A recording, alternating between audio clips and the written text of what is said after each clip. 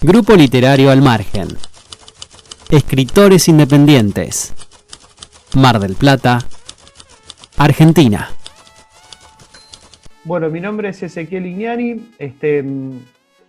Yo fui profe de FER en el Instituto ISET, profe de matemática.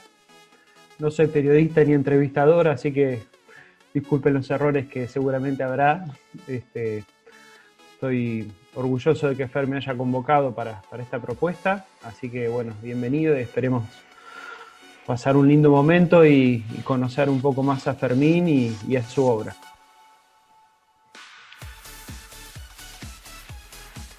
Bueno, ¿Me estás escuchando bien ahí? Sí.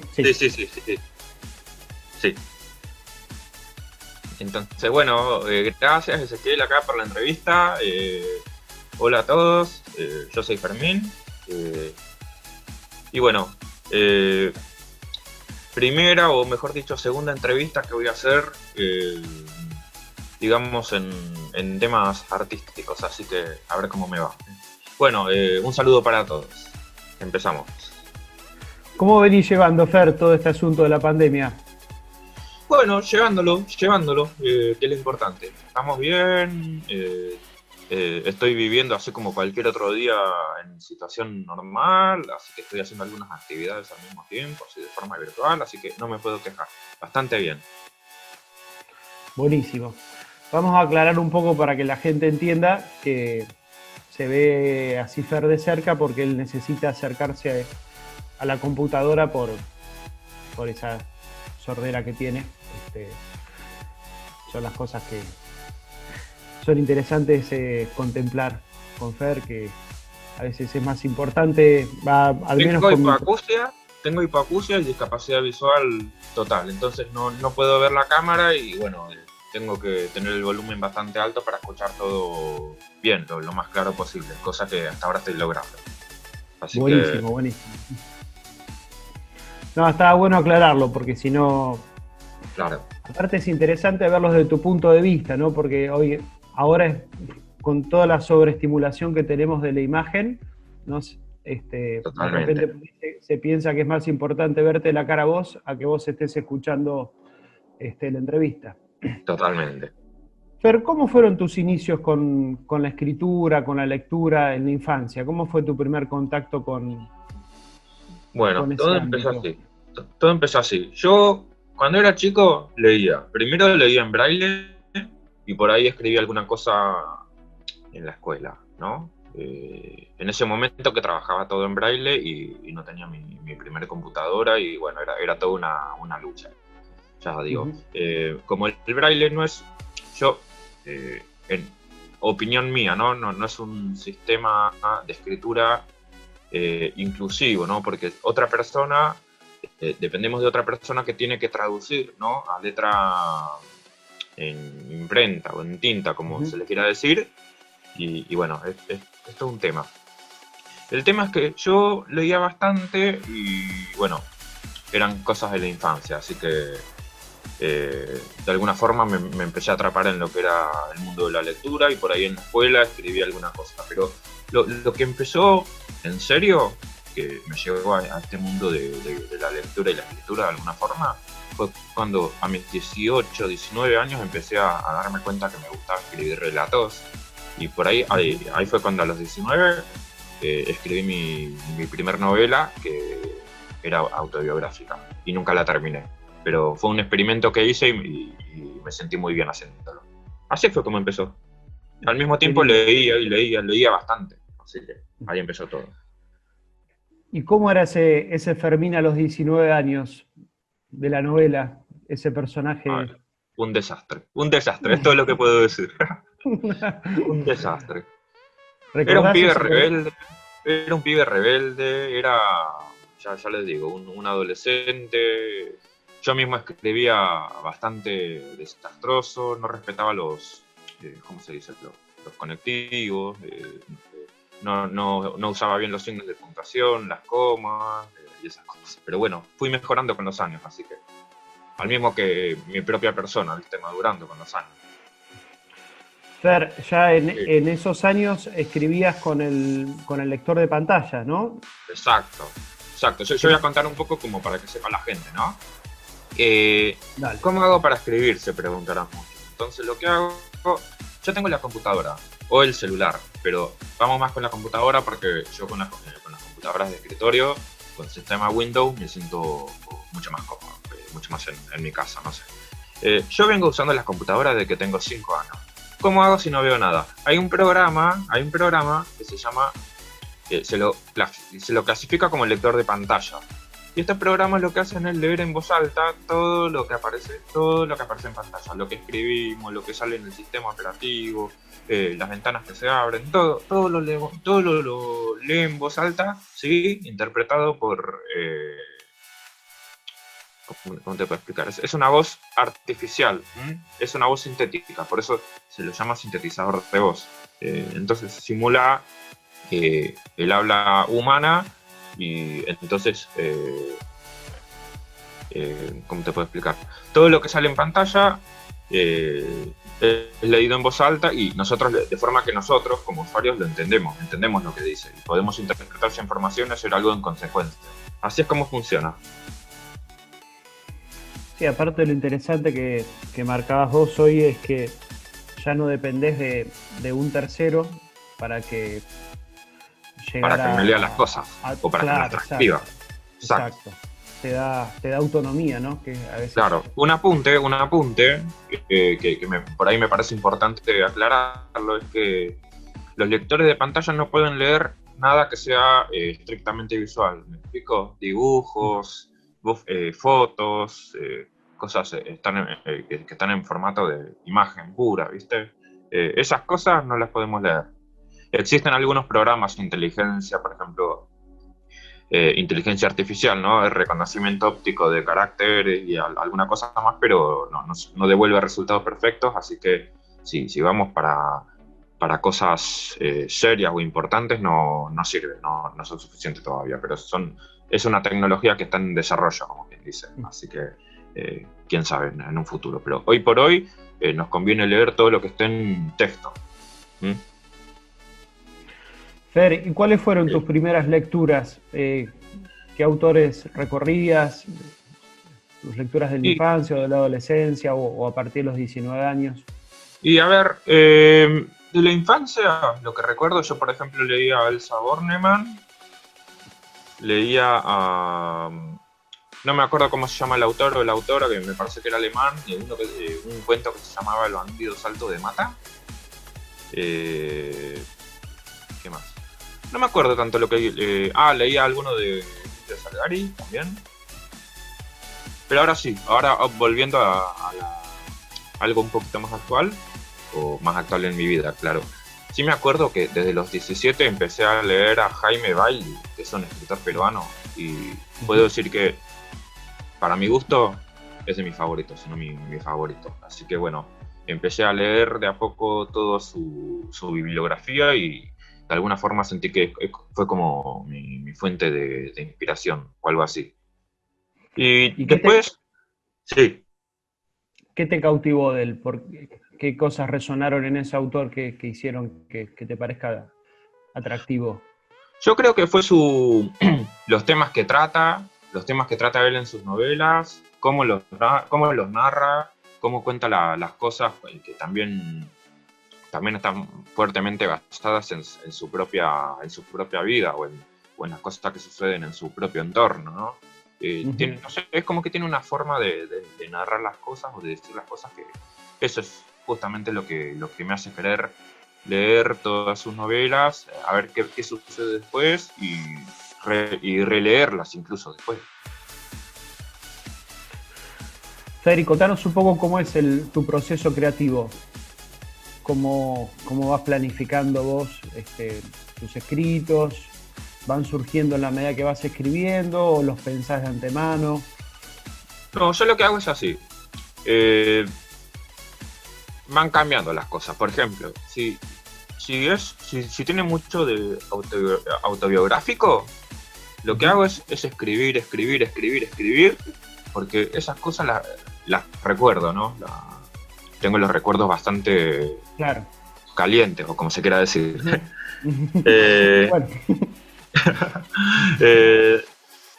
Pero en otros casos lo que hago es que esos escritos están basados en situaciones que no viví exactamente, pero por ahí quisiera vivirlas, ¿no? O por el contrario, no quisiera vivirlas jamás, pero sé cómo funcionan y sé cómo se manejan, ¿no? O tengo una idea aproximada. Entonces ahí sí lo que hago es pensar, buscar primero una información como para no meter cualquier cosa, digamos. Ese era un error que tenía hace años atrás.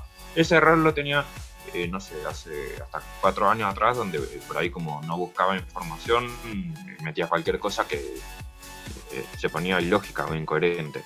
Pero ahora sí, básicamente lo que hago es escribir, y después viene la etapa de corregir, tanto escritura como detalles que por ahí están un poco mal o incoherente, y así. O sea que son historias bien realistas de alguna manera, ¿no? Bien autobiográficas. Claro, yo nunca voy a escribir ni sobre elfos, ni bárbaros, ni guerreros, ni magos, ni nada de eso. Tampoco voy a escribir sobre doctores que te revuelven los órganos y hacen no sé qué tantas máquinas futuristas. Y no sé qué. Nunca me llamaron esos géneros. Así que yo voy a escribir cosas sobre temas que he vivido yo o que no quisiera vivir, ¿viste? Pero todos temas realistas siempre. Claro.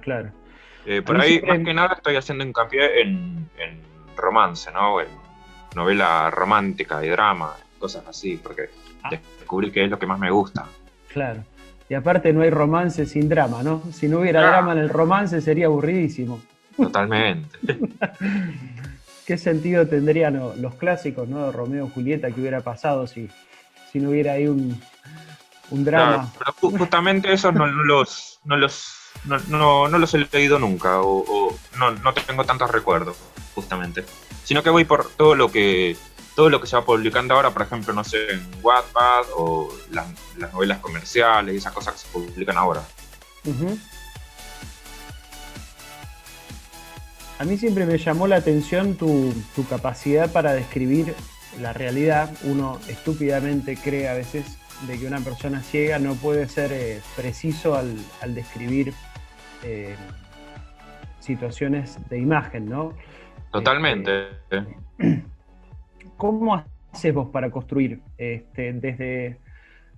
desde tu lugar la imagen, algo que es tan visual? Pero a su vez, al haberte leído, veo que lográs niveles de descripción asombrosos. Es una buena pregunta, porque de hecho muchas personas ciegas me la hicieron. Entonces, yo les voy a contar. En mi vida vi ni la luz, así que no conozco una sola imagen de nada visualmente. ¿Qué hago entonces? Me han descrito las cosas, me las han descrito, o yo les doy la imagen intentando que esa imagen que yo le doy sea lo más cercana a lo que ven los ojos, ¿no? A lo que ven los ojos que ven. ¿Y qué hago después? Voy a poner un ejemplo. Para una novela con la que estuve trabajando recientemente, el chico tiene un resto visual pequeño, pero lo tiene. Entonces dice que no ve nada con el ojo izquierdo a causa de una catarata y que tiene un poco de visión en el ojo derecho. Describe la luna y dice que es como la ve como una cara sonriente. Eso me gustó mucho. Gustó mucho porque si me preguntaran a mí, yo la puedo ver, la puedo imaginar así de alguna forma. También, por dar un ejemplo, ¿no? A mí siempre me pareció que vos eras más libre, en el sentido que nosotros los que vemos de alguna manera estamos condicionados por las imágenes. Y en esta era estamos sumamente bombardeados por estereotipos y demás. Y vos de alguna manera tenés una libertad para crear mucho más amplia que nosotros. Claro. Y a su vez con tu mirada, ¿no? Que una vuelta discutí con un amigo, porque hablando de mi trabajo con vos, le dije, no, porque la mirada de Fermín sobre esto, ¿cómo la mirada si él no ve? No, digo, Fermín no ve, pero eso no significa que no tenga una mirada. Claro, pensemos la mirada, ¿no? Como un punto de vista, o algo así. Exacto. Sí, como una construcción. Por ejemplo, la mayoría de... Una lectura sobre la vida. Sí, claro, sí. por ejemplo, yo muchas veces, cuando hago descripciones, van por el lado de los sonidos. Describo sonidos, describo cómo suenan, describo cómo están construidos. Yo describo mucho los sonidos. Ya que estamos, viste, a todo esto, lo que más suelo describir, y bueno, he descrito olores, sabores, texturas, cosas que yo también puedo percibir. Fer, sí. ¿Y qué buscas generar en el otro, en el lector, con tus escritos? ¿Cuál es el objetivo, el deseo? Mira, lo que más me importa es sacar una sonrisa o hacer reír. Mira, con solo sacarle una sonrisa al lector, estoy objetivo cumplido, digamos. O sea, puede ser que en ciertos relatos, claro, siempre uno transmite un mensaje de alguna forma. También me ha pasado que hay relatos que a juicio de otro lector puede ser una cosa que no tiene ni pies ni cabeza, como quien dice, pero a mí lo que más me importa es que el lector lea, se ría o se le salga una sonrisa y diga, wow, que como que se está riendo de, no sé, de la desgracia del protagonista o cosas así, ¿viste? Es simplemente hacer pasar un buen rato y que se ríe el otro, o que se le salga una sonrisa, simplemente eso. Eso es lo que más me importa. Ahora, si bien a todo esto puedo transmitir, no sé, una forma de reflexionar una cierta situación según mi punto de vista o algo así, genial también. Es otro objetivo muy bueno si lo logro así. ¿Y cuáles son, a vos como escritor, cuáles serían tus fortalezas? ¿Cómo te ves a vos en tus puntos fuertes? Digamos? Y yo me veo, si hablamos de puntos fuertes, yo me veo justamente escribiéndolo en base a lo que pienso o siento o no quiero vivir o me gustaría vivir y cosas así como apunté hace un rato. Siento que cuando hablamos de romance, drama, o cuando hablamos de terror, porque también me gusta mucho escribir relatos de terror. Mira. Sí, también. Recuerdo que una vuelta me comentaste uno de un niño que lo perseguía en un auto. Es verdad, sí. Esa fue mi primer historia escrita participando acá en el taller. Después tocamos eso, pero básicamente ahí siento que está mi fuerte, ¿viste? Nunca me interesó la poesía, nunca me interesaron los clásicos de la literatura, nunca me interesó... Es más, otra cosa que puedo considerar mi fuerte, aunque en estos mismos momentos tengo dudas, es la ficción interactiva.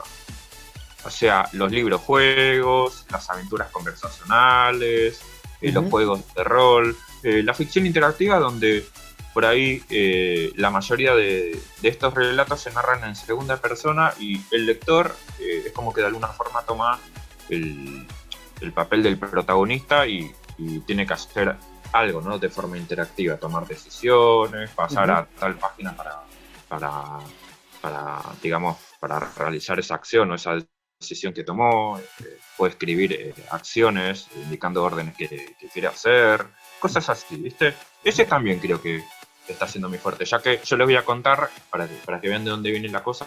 A mí siempre me interesó la programación desde un punto de vista profesional. De hecho, me gradué el año pasado como analista de sistema y bueno, me gustan mucho ciertos juegos en la computadora y aprender a programar ciertas cosas que tienen mucho que ver con la ficción interactiva, sobre todo. Y bueno, ahí siento que están muy fuertes, ¿viste? Y el perfil de los personajes, más allá del tuyo, ¿no? Que claramente, por lo que me decís, es bien autobiográfico. Claro. El resto de los personajes, ¿cómo vas construyendo el perfil psicológico de cada uno? Y, por ejemplo, yo te voy a poner un ejemplo. Hace 4 años escribí uno que trataba de una niña que tenía una computadora de juguete. Era una nena que en ese relato me parece que tenía 10 años y a su vez tenía un amigo de 21 años. Claro, ahí tiene un tema autobiográfico, ya que en ese momento yo tenía 21 años.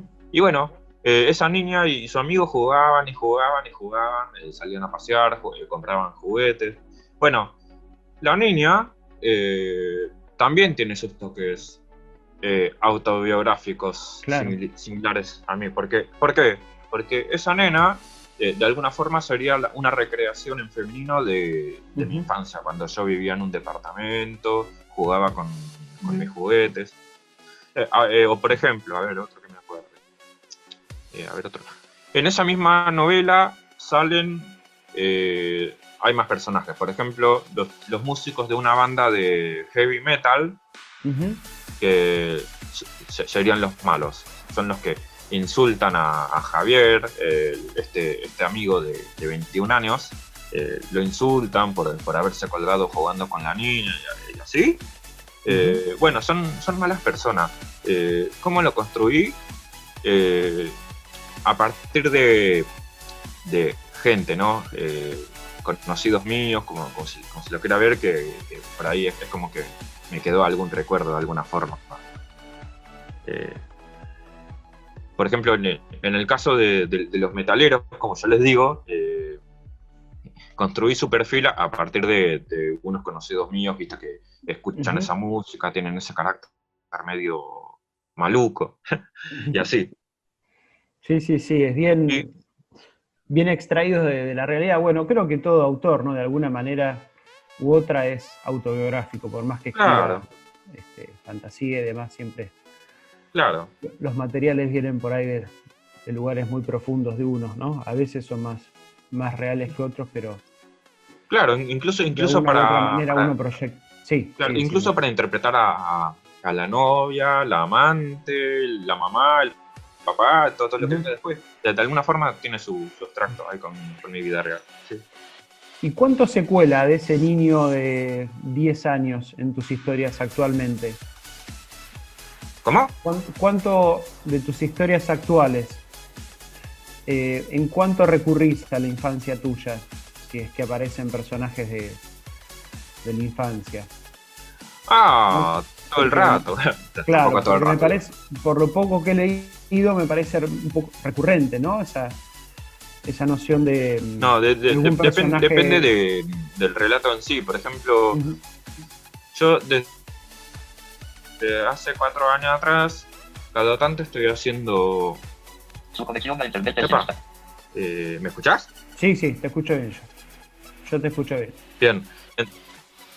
Entonces, decía, desde hace 4 años, de vez en cuando estoy escribiendo relatos donde es como que lo central vienen a ser los juguetes de alguna forma, los juguetes de sonido, los juguetes electrónicos, así que siempre hay algo de ese niño que fui yo, ¿no? De la infancia, sí. Pero, por ejemplo, desde 2018, para Navidad, estoy entregando un cuento navideño. Por ejemplo, el año pasado entregué otro cuento navideño, este año recién estoy planificando para el próximo cuento navideño de este año. Y bueno, aunque por ahí la gente ya no sea tan infantil, siempre hay algo, ¿no? De esa esencia infantil, siempre hay algo. Exacto, sí. Así que bueno. Incluso también en las historias de amor, ¿no? Que, algo hay. Por ejemplo, el pibe, como para ponerte un ejemplo, el pibe puede ser un pibe grande, de mi edad o lo que sea, puede tener la novia, todo el tema, pero tiene sus consolas de videojuegos, tiene sus juguetes, así que seguimos en la misma. Por ahí no siempre pasa, por ejemplo, depende mucho del contexto de la historia, no sé, por ahí es algo que se puede ver en la mayoría, pero no en todas mis historias. Claro. Sí, la infancia es un lugar donde uno, decís que construís también.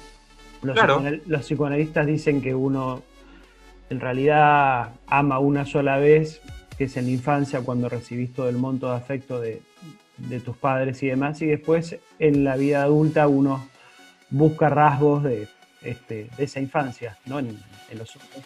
Claro, porque yo de los 20 años me doy cuenta, mira, voy a contar, de los 20 años me doy cuenta que empecé a sentir una nostalgia por ciertos juguetes. Empecé a comprar juguetes, aunque tengo muy pocos, claro. Empecé a ver cómo te puedo explicar, a recordar mucho esos tiempos, a poner por YouTube algunos videos de ciertos... a ver, para aclarar, a mí me interesan, ahora de grande, ¿no? Ciertos juguetes de sonido que, claro, por ahí tienen un funcionamiento muy complejo que da como para mirarlos con una mirada ¿cómo te puedo explicar? De una persona adulta que ya entiende mucho de tecnología y entiende de cosas muy específicas como el circuit bending. Voy por ese lado, ¿no? Ya no con la mirada de un nene que los agarra, los aprieta por ahí, los hace sonar un rato y chau, olvídate. No, así ya no. Va por ahí la cosa, y la descubrí a los 20 años de alguna forma. Ahora tengo 25. Fer, y en esto que mencionabas antes de articular tu carrera como técnico en sistemas con, sí, con los relatos, ¿cómo pensás que puede aportar a una persona con discapacidad este tipo de dispositivos o de, no sé, llamarlo plataformas? ¿Cómo se puede lograr de alguna manera llegar o hacer más accesible estos contenidos con estas formas de transmisión que estás creando vos, de alguna manera, ¿no? Yo creo que se puede bastante bien. De hecho, ya muchas personas ciegas están en este movimiento, digamos, ¿no? ¿Que es complicado? ¿Es complicado? Sí, es complicado como lo tuve complicado yo, pero tuve la ayuda necesaria, tuve las herramientas y lo supe llevar adelante. Entonces, por ahí lo que necesitamos de alguna forma es que la gente, como la gente profesionales que tienen que ver con las personas que crean estos sistemas, sean conscientes de la accesibilidad. Entonces, si te ponen, no sé, documentos en pura imagen, que tenés que ingresar un código de imagen para ingresar a tal o cual servicio y detalles así, eso justamente son herramientas que más o menos están obstaculizando las cosas, ¿no? Pero fuera de eso, yo creo que son cosas que una persona totalmente ciega como yo puede aprender y resolver y trabajar después de forma autónoma, así como pude yo. Con esto tuve una experiencia como para animar a otras personas que pueden tener un interés natural, ¿no? Por la tecnología y sus diferentes ramas, o como se lo quiera ver. Sí, desde ya que actualmente por suerte ha cambiado el paradigma y ya la mirada sobre la discapacidad no está vista en la cuestión netamente biológica, sino en trabajar en los entornos para hacerlos justamente accesibles, ¿no? Claro.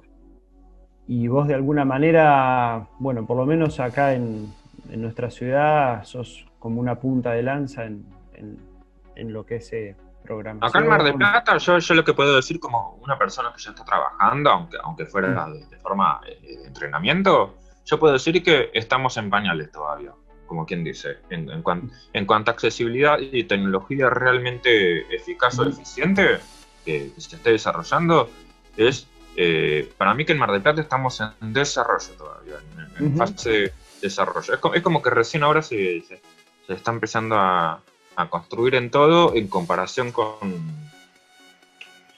otros países como lo fueran, no sé, España, Japón, Estados Unidos. Ellos tienen ya como su tecnología ya definida, todo bastante avanzada. Es otra cosa. ¿Y desde dónde tiene que venir el cambio? ¿Desde dónde tendría que venir el cambio para lograr esta tecnología o esta accesibilidad que está faltando? Claro. ¿Desde dónde pensás que tendría que venir la transformación? Principalmente que la gente que no tiene ninguna discapacidad y por tanto ve, ¿no? Ya sabemos que ellos son quienes desarrollan las cosas. Acá, por ejemplo, se tiene que intentar presentar la información de una forma profesional. Con esto quiero decir que sin errores de tipeo, sin errores de acentuación, conceptos claros, o sea, no sé cómo te puedo explicar, palabras claras para la otra persona. Imágenes, un tema muy importante, intentar hacer que la información sea inclusiva para todos. Y ya no hablemos solo de imágenes, sino de aquellas personas que... las personas que no escuchan tienen que ver, claro. Las personas que no vemos tenemos que escuchar, tocar. Bueno, acá no hay nada que tocar en realidad, sino poder escuchar y leer con lector de pantalla. Las personas que no puedan usar teclados o siquiera pantallas táctiles, que las hay, tienen que poder controlar con la voz y resolver, hacer sus trámites, su búsqueda de información, lo que tengan que hacer. Va por ahí el cambio. Además me parece a mí que Argentina puede tener de alguna... Ahora, como quien dice, estamos hasta las manos. Bueno, para no decir algo, para no decir una palabrota.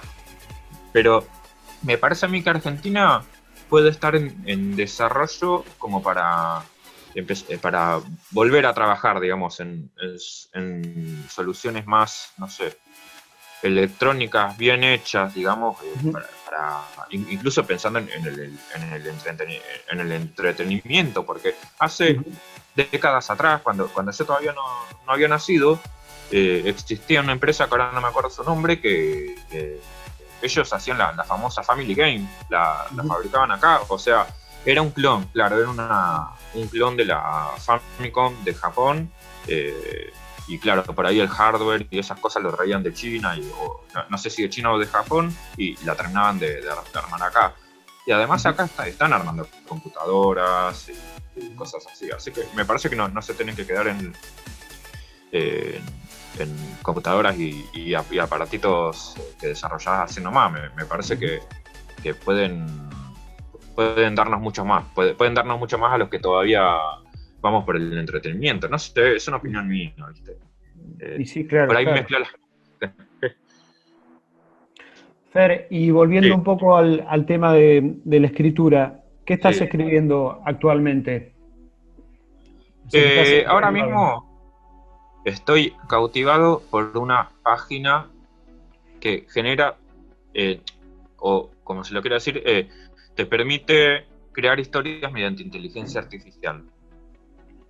¿Qué estoy haciendo ahora con esto? Estoy reescribiendo esa primera novela autobiográfica que escribí a mis 19 años. Mejor dicho, ya la terminé de escribir y ahora estoy estoy en una etapa de corrección, ajustes, de corregir errores de traducción, entre otras cosas.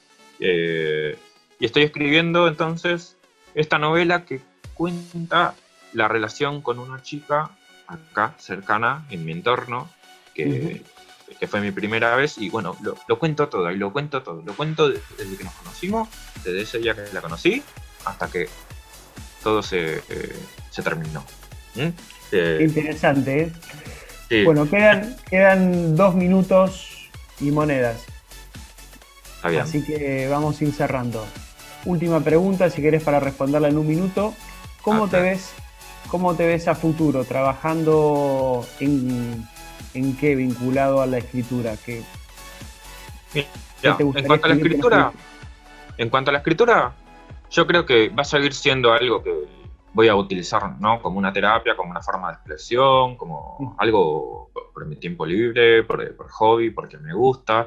Mientras al mismo tiempo voy a seguir trabajando en lo que buenamente pueda y voy a seguir dedicándome a la música, al circuit bending, con un poco de suerte, y a lo que se me vaya presentando. Pero en cuanto a la escritura, voy a seguir igual que leyendo, así como para salir un poco de la realidad e ir a parar a otra realidad de alguna forma, desahogarme, ¿no? Buenísimo. Buenísimo. Bueno, Fer, cortamos acá, que se nos acaba el tiempo. La verdad que es interesantísima tu historia de vida, tu trayectoria, cómo fuiste venciendo las barreras que a veces el entorno te va poniendo. Y bueno, felicitarte una vez más. y bueno, y éxitos con todos tus proyectos. Bueno, gracias. Muy buena la entrevista, me sentí muy bien, me sentí muy cómodo, así que les quiero mandar un saludo a todos los que estén escuchando.